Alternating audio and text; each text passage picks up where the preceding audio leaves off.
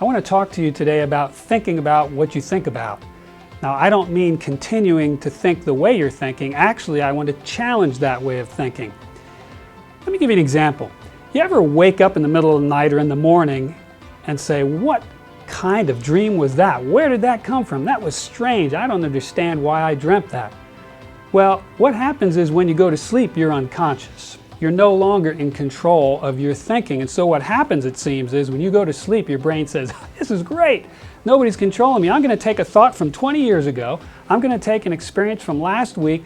I'm going to take a thought from yesterday. I'm going to take something you were worrying about, and I'm going to throw it together, and wait till you see this.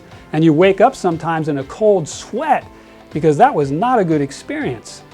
Well, sometimes we go through life sleepwalking, at least brain-wise. We go through life with thoughts going through our mind, our self-talk, and it's not positive all the time. We actually are going through the day thinking without monitoring what we're thinking about, and then we wonder why our lives sometimes end up in places where we wouldn't want to be.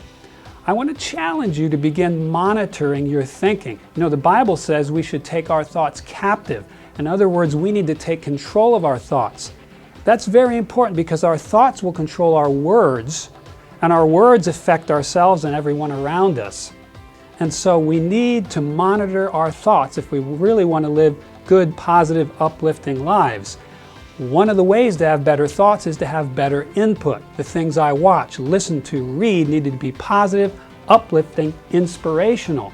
Zig Ziglar used to say your input affects your outlook affects your output, and your output affects your destiny. If you want a better destiny, if you want a better life, think about what you think about.